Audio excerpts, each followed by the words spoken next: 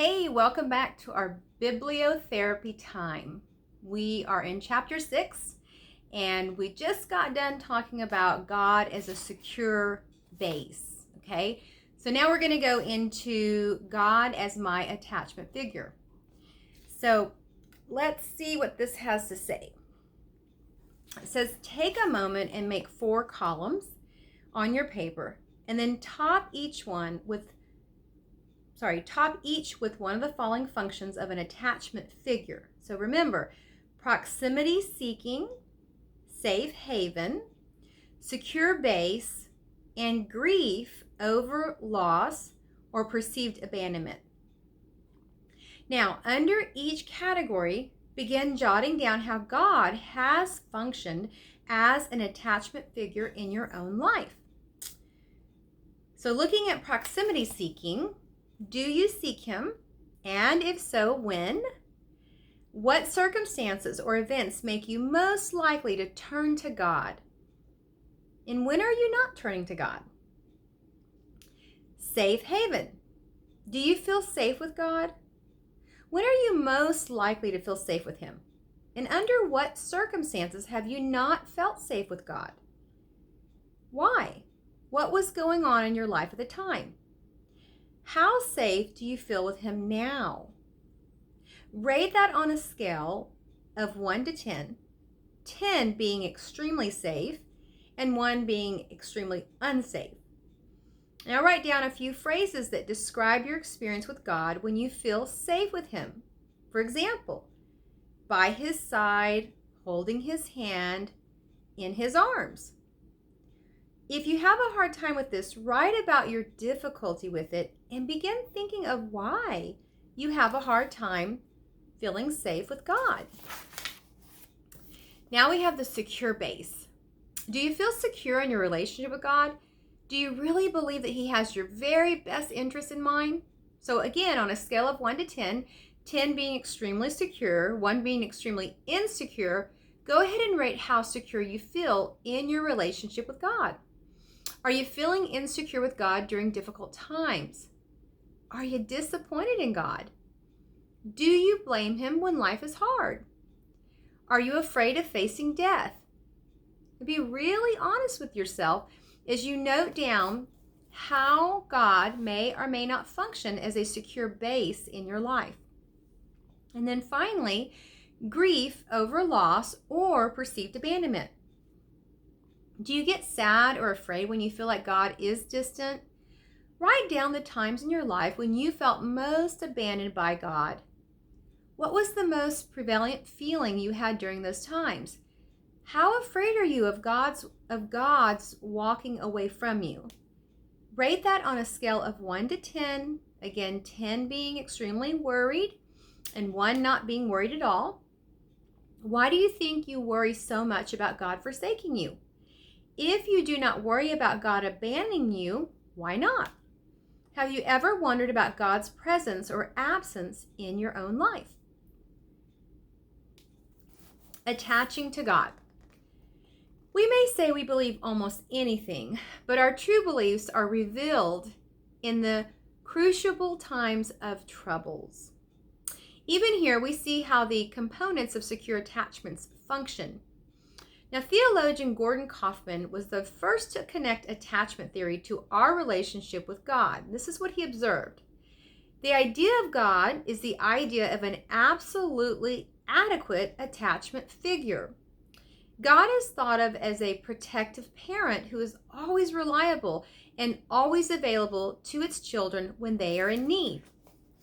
In the same way that we relate to our parents, we do relate to God in a feedback loop. If we believe that we are secure in his love, we venture out to explore new ideas, opportunities, and relationships. Sooner or later, when we experience failure, criticism, or other kinds of threats, we look to God for reassurance and reconnection. At this moment, if we believe God loves us and is there for us, we reconnect with him and enjoy him as a safe haven again. The moment of trouble, however, is when the faith of many of us evaporates. Now, perhaps because we have had poor models, when we were children, we make the colossal but wrong assumption that in our difficulties, we aren't lovable or worthy, or God isn't capable of caring for us. When this happens, we exhibit anxiety, avoidance, or fearful responses to God, and our relationship with Him breaks down, not because He leaves us, but because we interpret it that way and we begin to pull back. Everybody looks pretty normal when things are going well, but when the chips are down and we're thrown into the trenches of heartache and stress, that's when relationship styles and character surfaces and we truly see people for who they are. Soldiers may be friends before the battle, but after it, they are blood brothers for life. A marriage may be fine before a child got cancer, but husband and wife grow to depend on each other more than ever as they struggle to find hope each day. Of course, not all of these stories end well. Too often, many of us distance ourselves instead of supporting each other, or we viciously blame those we claim to love instead of hugging and speaking words of affirmation. These responses often reflect the experiences that we had with our attachment figures. As Lee Kirkpatrick suggests, in times of distress, people of faith seek proximity to God in ways similar to that of an infant who seeks closeness to his parents. The goal of parenting isn't protecting children from stress. It's to prepare them to handle stress by giving them confidence and security based on consistent, authentic love. Children don't grow healthy and strong if they are not allowed to experiment and explore the world they live in, which necessarily involves successes and failures.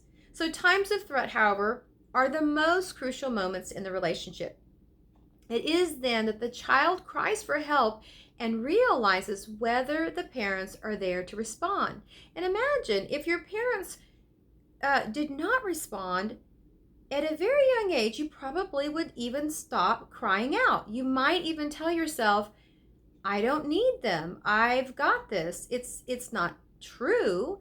But children, and you'll find that as adults, when adults are clearly struggling, but they're not taking the hand being reached out to them and they're not able to ask for help, you have to begin to understand that at some point, usually in their younger years, they just kind of gave up. They kind of learned that, again, that other person's not really going to be reliable.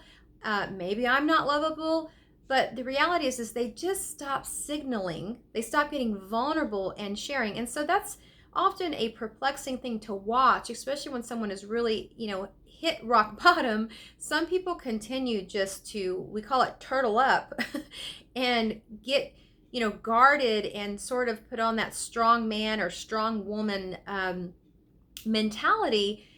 While everybody else can see that they're really struggling, that poor person really is not able to own that they do need help.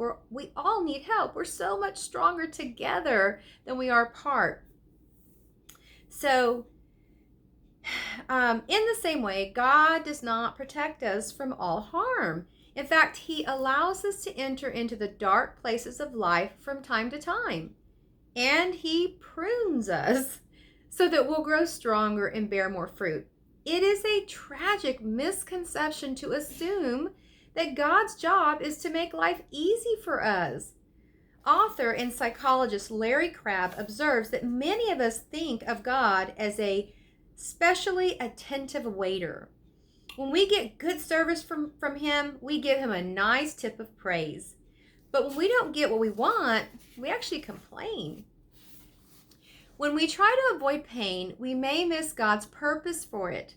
Author and professor J.I. Packer observed that God has a higher purpose for our struggles. God's purpose, he notes, is to deepen our relationship with Him, and it matures us. And this is what he wrote.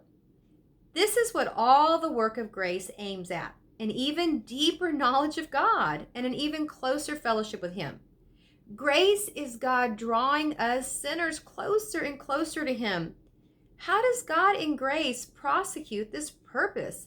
Not by shielding us from assault by the world, the flesh, and the devil, nor by protecting us from burdensome and frustrating circumstances, nor yet by shielding us from troubles created by our own temperament and psychology, but rather by exposing us to all these things so as to overwhelm us with a sense of our own inadequacy and to drive us to cling to Him more closely.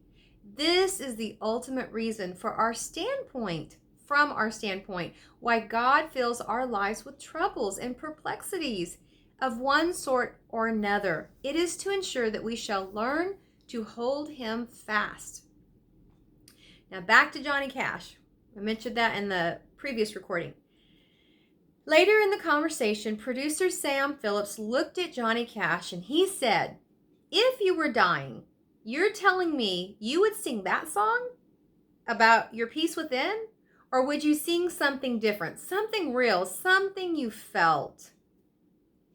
Our prayer is that as you journey with God, you will find Him as a safe haven, a secure base, and in times of stress, you will turn to Him and trust Him for your everyday life. Why? Because He changes everything, and it's really spectacular. Consider this: there's no safer place to be than in the presence of God. So that was the end of the chapter 6. And I hope that this stuff is going deep. I hope that you're drilling down. And I really hope that you might even have somebody that maybe you're sharing this with, and you're able to have some conversations, because there's nothing quite like having another person to, challenge us or stretch us a little bit. We often have blind spots. So it's really nice to be able to, listen to this and then be able to have a discussion. I would love to be able to discuss some of the stuff with you. And so if you want to comment below, please do that. You can hit, of course, the subscribe button and the little bell. It will tell you, when you get notified when there's new uploads. And then, of course, the subscribe will keep you connected with my channel. But anyway, I hope that you're not pulling away from this as we're getting further into the book, but you're drawing in, and you're just finding the courage to sit there and allow yourself to think about these big questions and think about where you've been at. And I'll tell you what, maybe some of you guys already are, you love God and you feel secure in that. And so what this will do is it'll just give you opportunity to press further into Him. And then maybe some of you guys are out there and you don't know. Maybe you have not even thought about this stuff. And so obviously, wherever you're at, it's just a good place to be able to be and to continue that journey. We're looking to optimize. I can't stress this enough with whoever I talk to. Your mind and your body and your soul is so connected, right? So, or mind, body, spirit, whatever you want to call it. It's so connected. And so as you nourish your mind and you nourish your spirit, you are absolutely getting good payoff with your body. So I want to encourage you, especially right now, because we are still absolutely in the pandemic, and your immune system really needs you to be responsible to do what I call self-care. So just doing some things that help reassure you. And many people do find reassurance when they draw nearer to God, and they don't feel so alone. They don't feel so overwhelmed. And so I want to encourage you to do that. But I also want you to eat well if you can, and sleep well, and definitely get in some of those nutraceuticals, those good supplements. Take some walks if you can. Get out and get some sunshine, fresh air, and then come back and join me for chapter 7. All right, I'll see you soon.